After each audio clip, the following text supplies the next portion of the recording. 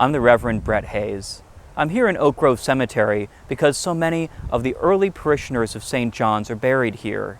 These key parish leaders enabled St. John's to open her doors for the first time in 1863, and their hard work and generosity made it possible for the parish to weather the difficult years of the 19th century. You'll see in this segment how the city of Gloucester was transformed in this period into a fishing boom town. And then, in the late 19th century, Gloucester became a fashionable summer resort for the wealthy. Many of these people, being Episcopalians, started worshiping at St. John's, and their generosity enabled desperately needed improvements to be made to the parish. Echoing the charter of the Church of the Advent, Article 1 of St. John's Constitution promises to secure to the members thereof and others the ministrations of the Holy Catholic Church free from assessment and unnecessary expense. Having been created to specifically serve the needs of churchless Episcopalians, but also of working-class itinerant fishermen, the new church opened its doors in 1864 with a sign announcing "Seats Free." Since the 1850s, young men had been pouring into Gloucester from Nova Scotia, Newfoundland, and Scandinavia, drawn to the potentially lucrative fishing trades. They also came from Portugal, but the influx of Mediterranean-born fishermen would not be in great numbers for a few decades. By the Civil War, these men filled a vacuum created by the 1,600 Gloucestermen who were off serving the Union in the Army and Navy. The ones serving in the Army suffered horrendous casualties. 28% were either killed or wounded. In spite of this, by the war's end in 1865, Gloucester's overall population had grown by a third, with 4,730 men in the fisheries. Gloucester became the primary fishing community in America, but not only because of its proximity to George's Bank.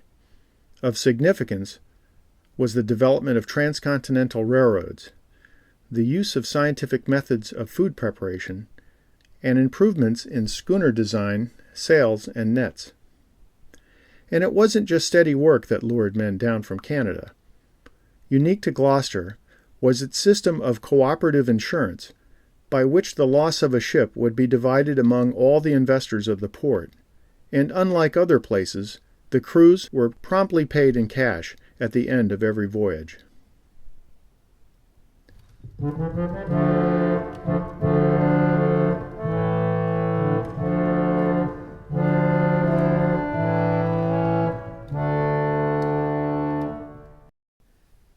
Gloucester's prayer book Christians, as the Episcopalians were called, had been patriotic supporters of the Union effort.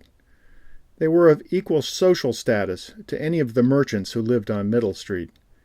Many of their names are familiar to this day: Stacy, Thompson, Hammond, Babson, and Dale.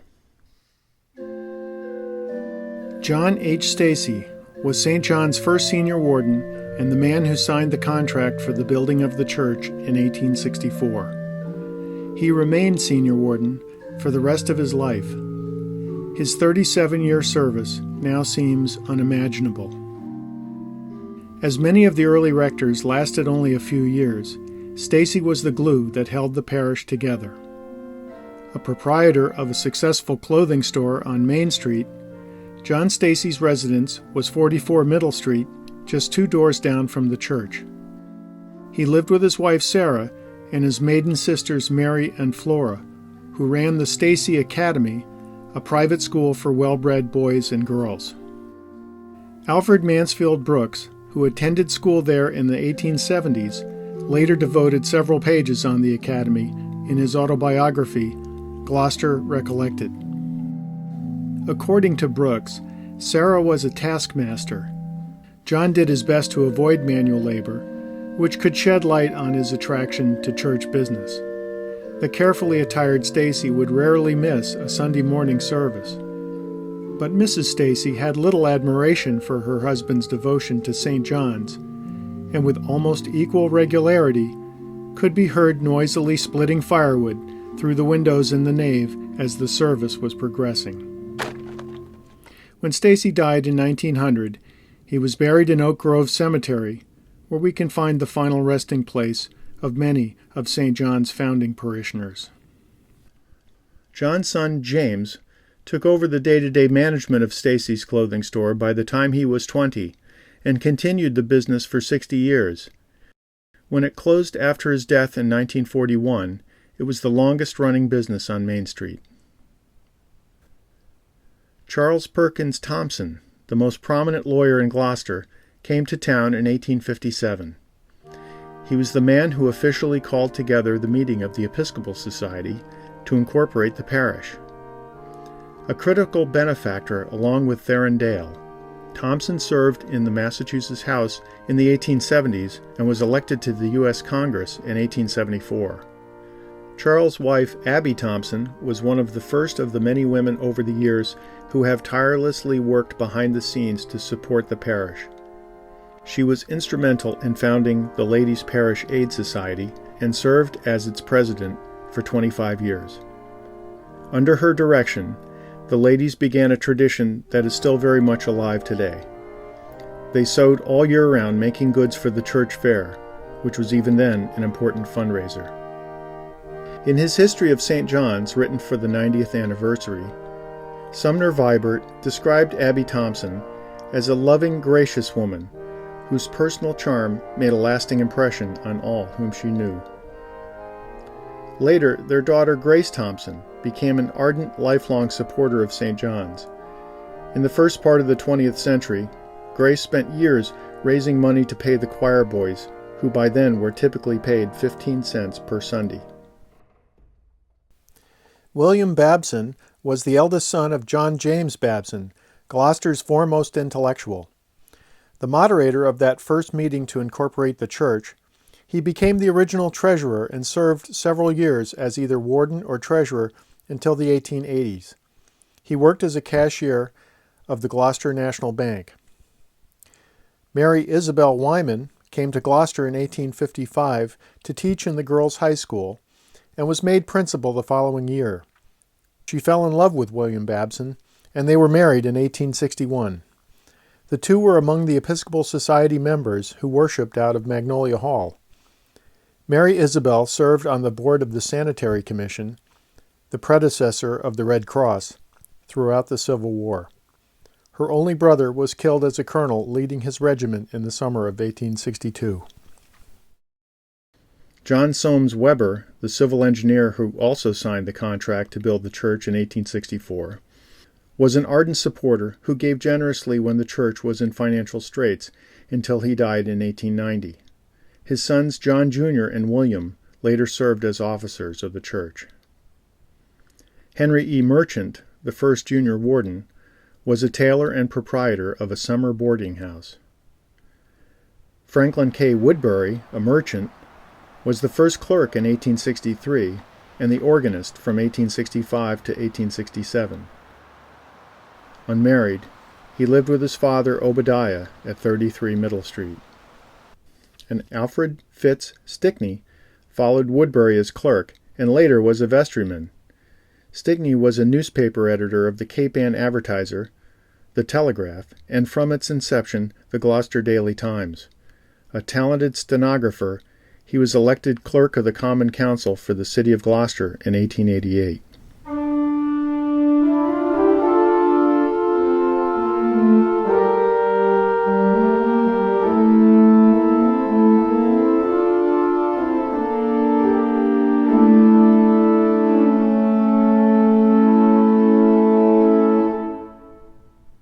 With little money coming in from the substantial itinerant portion of the parish, and with tradesmen being paid for debts stemming from the construction, Reverend Joshua Pierce was forced to leave St. John's in 1865 to take an assistant rector job in Boston. The diocese followed up by placing Reverend James Stack and then Reverend Frank Winkley to each serve a year term while a more suitable person could be found for the job. Reverend James Reed took the position in 1868 and was to become the first rector to spend a significant time at St. John's, serving for the next 9 years. The early parish histories give Reed credit for the growth of the parish and mention his deep spiritual nature and hard work. He had a wife and daughter. As with other rectors from this period, he was described as not being very strong physically, and ultimately would leave when he felt his poor health was restricting him from effectively performing his duties. In August of 1871, Theron Dale died suddenly at his summer home in Gloucester. He was 43 years old and still a bachelor. He was described as a man of sterling worth and virtue, and the achievement which beyond all other acts of his life gave him the greatest pleasure was his success in founding the Episcopal Church in Gloucester. Dale's funeral was an emotional affair at St. John's. The Right Reverend William Croswell Doane, the Bishop of Albany, performed the service with Reverend Reed. In a preface to the published record of James Reed's eulogy, Doane states, "The church in Gloucester, reaching with its consolations a number of suffering people, and people whose lives are in daily peril by the sea, owed its existence to him. And as he was born into it on Friday, it was his fittest memorial, no cenotaph, but a living monument full of power and grace and life." The church was fragrant and beautiful with flowers, passion flowers for us and resurrection flowers for him. But on his coffin made of oak, made in the old shape and covered with purple cloth, was nothing, not even a nail or a handle of metal, nor a flower, only the cross, the full length, and a wreath of green oak leaves.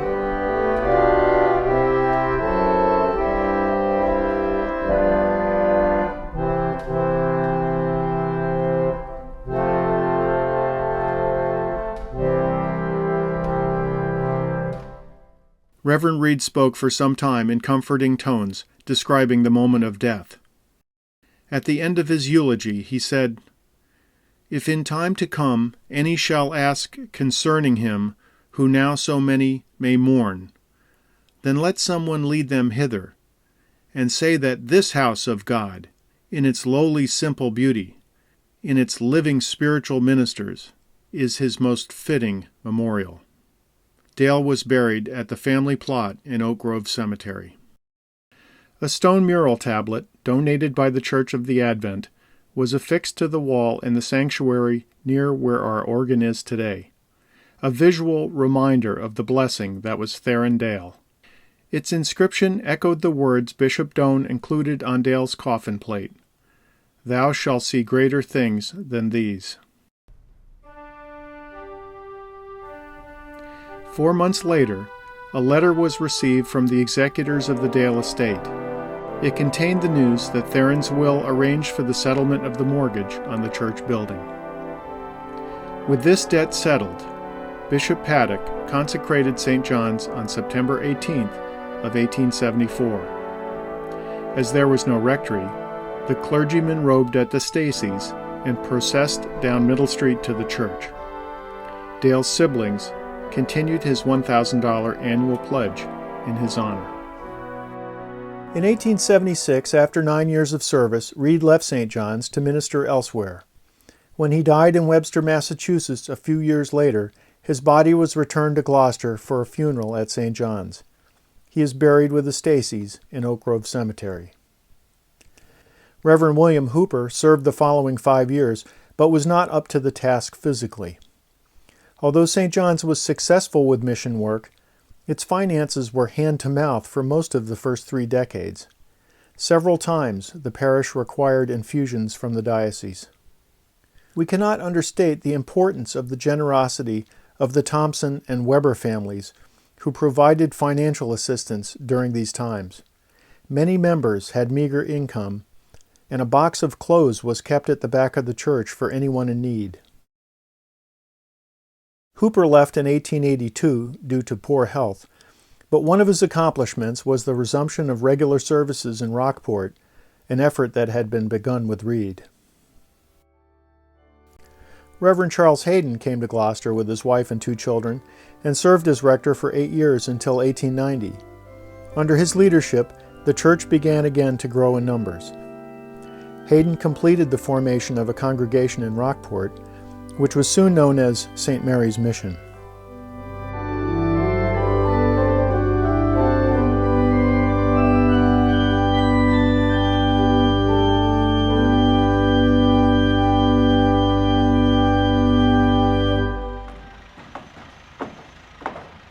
During this time, until well into the 20th century, there were 2,000 unattached fishermen living in Gloucester boarding houses. The majority were men from the Maritimes. Although many of these were Anglicans, a large number were Scandinavian Lutherans.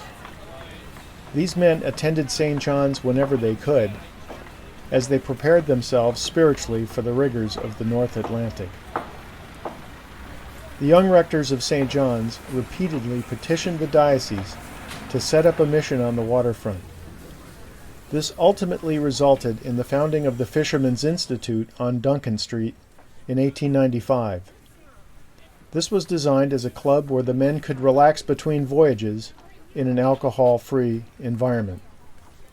They read papers, played checkers, and could use showers and lockers.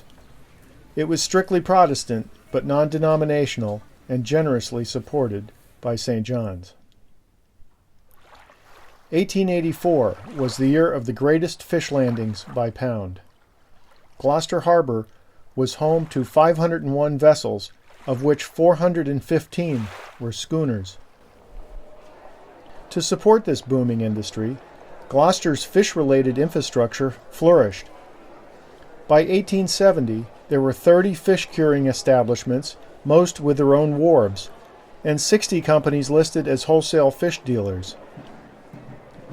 Ancillary businesses proliferated, creating everything from anchors to dories to sails to foghorns. There were fish byproduct companies that sold fish guano, fish oil, and soap. There were firms that made oiled clothing for fishermen. And Gloucester could boast the largest ice house in Massachusetts, on Fernwood Lake in West Gloucester. Yet the fisheries during the days of sail had to be the most dangerous livelihood in the world. In 1879, the worst year, 249 men were lost in 29 vessels, 15 of which went down in a single storm on February 21st and 22nd. In the 17-year span from 1880 to 1897, Gloucester lost 264 boats, 1,614 fishermen.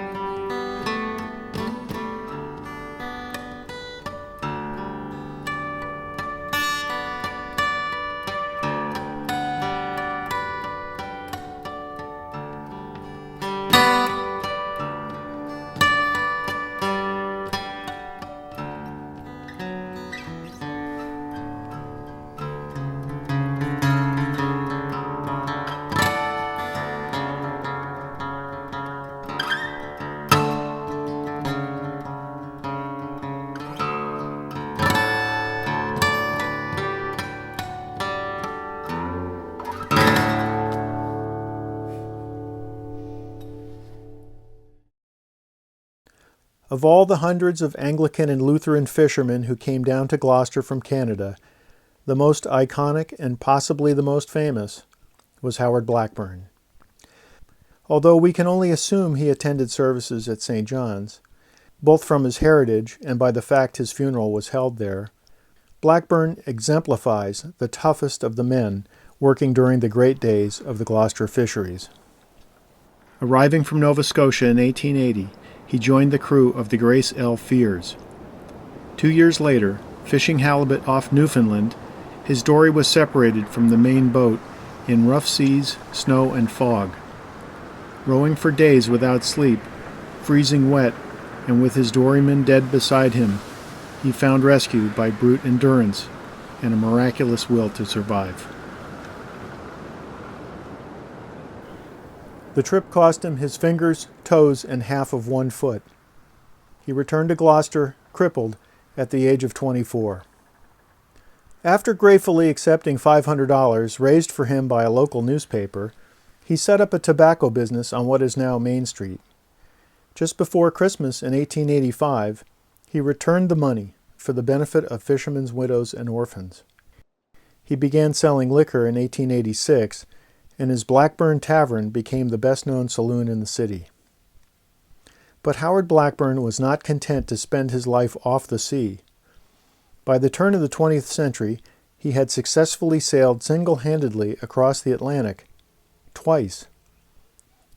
His tiny sloop Great Republic can be seen today in the Cape Ann Museum.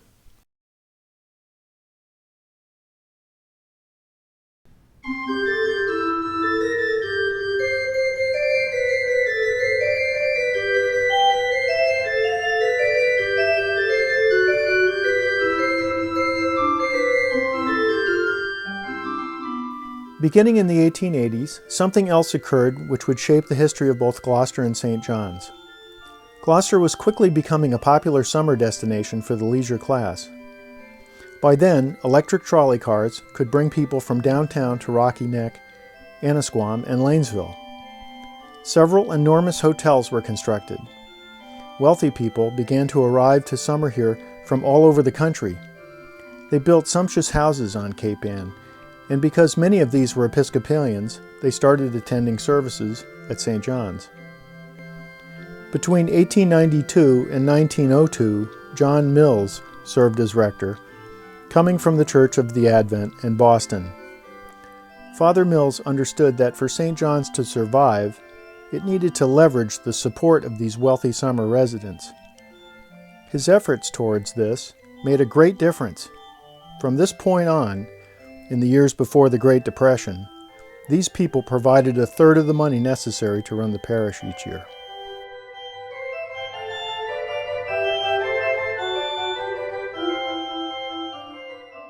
Several deaths shook the parish in this period, notably Charles Thompson, who was by then the distinguished judge of the Superior Court, Joshua Pierce, St. John's first rector, and in February the following year, vestryman Captain John Vibert and his entire crew were lost at sea.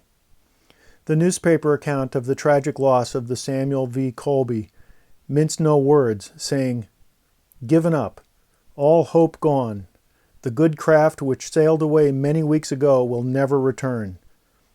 Her timbers long before this are at the bottom of Sable Island's treacherous shores, and her crew, of brave and hardy men, have closed their book of life." The article also said this about Captain Vibert.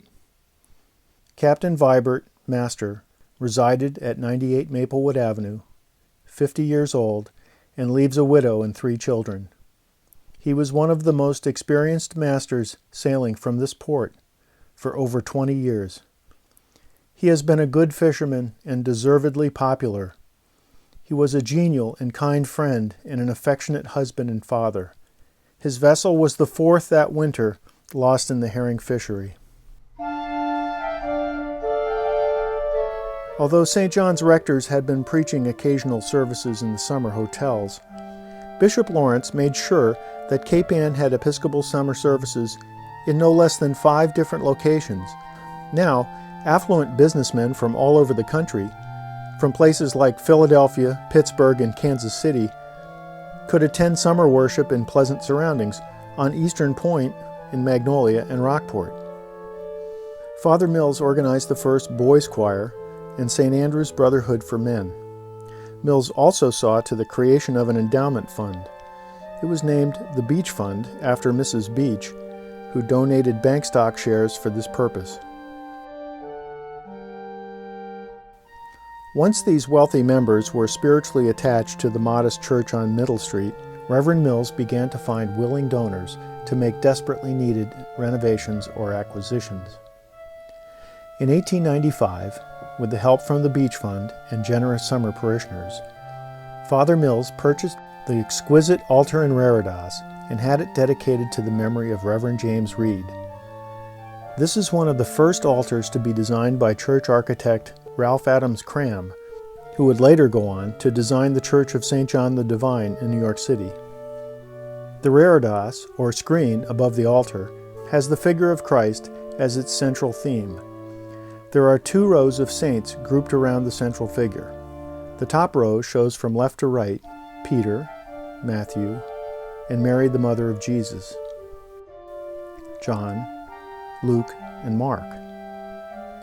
The bottom row shows from left to right the saints of the Anglican Church. Edward the Confessor, who was responsible for the building of Westminster Abbey, St. Alban the Martyr, Paul the Apostle, Andrew the Apostle, Gregory the Great, Bishop of Rome, and finally Thomas Becket, the Archbishop of Canterbury, who defied King Henry II. In 1895, Abby Thompson donated gas chandeliers in memory of her husband Charles, and then followed in 1897 with a donation of funds for an addition off the right side of the church. Its purpose was to serve as the desperately needed choir room. We continue to call this wing off the church the Thompson Room to this day.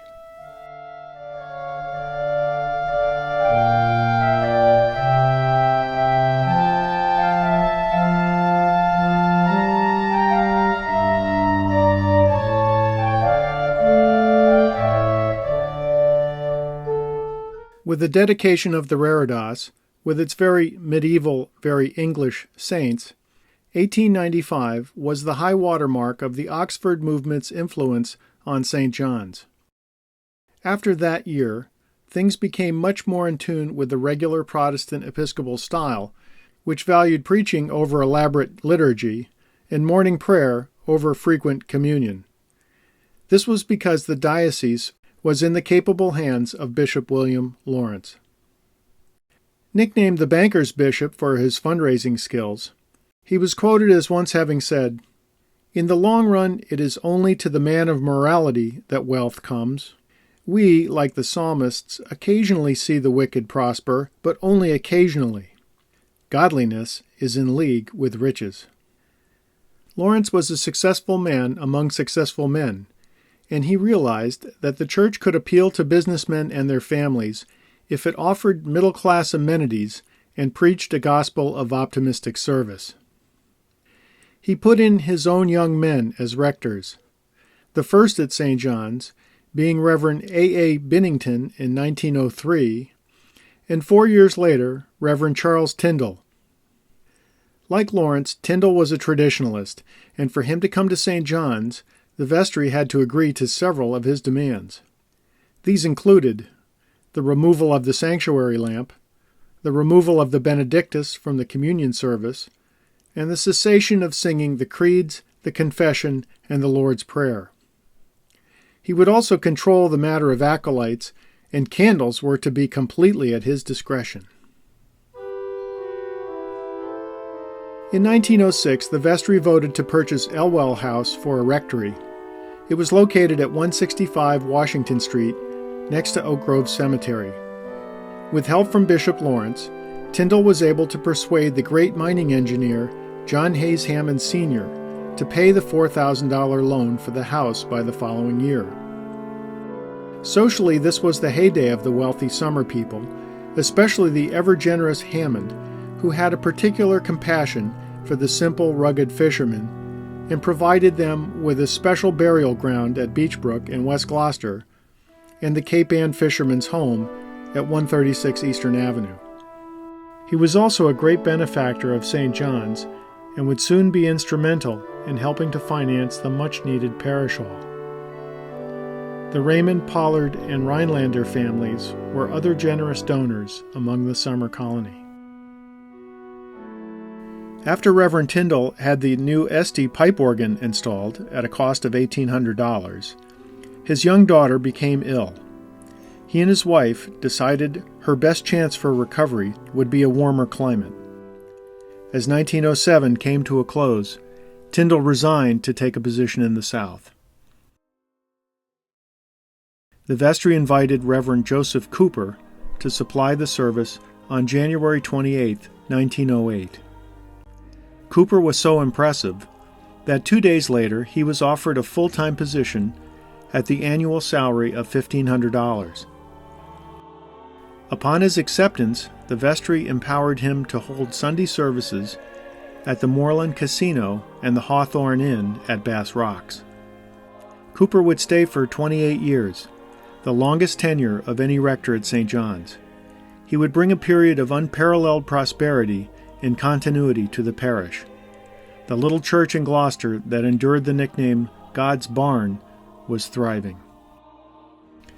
Meanwhile, the town jokingly called Gloucester by the Smell, as opposed to Manchester by the Sea, underwent its own vindication when Tablet Rock was dedicated at Stagefort Park in 1907. With the population 30,000 strong, Gloucester was now the oldest continuous settlement in the Massachusetts Bay Colony.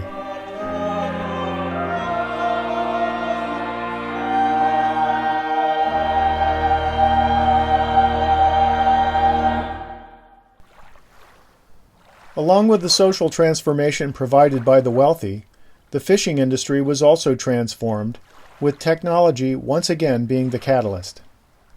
The first fishing vessel with an internal combustion engine was launched in 1903. This caused a rapid changeover from the wind-powered schooners so commonly seen in Gloucester Harbor, with their stacked dories and large crews. The move away from sailing vessels to smaller steel-hulled, diesel-powered trawlers equipped with large mechanized nets had another profound effect. These vessels simply did not need as many men. By the time of the 1910 census, it was obvious that fewer young unattached fishermen were coming down from New Brunswick, Nova Scotia, and Newfoundland. With the advent of World War I in 1914, thousands were drawn instead to the Canadian Army, eventually to sacrifice their lives in the mud in Belgium and France. The ones who did come were family men who settled and took American citizenship. The families they created were to be the backbone of St. John's for the next 50 years.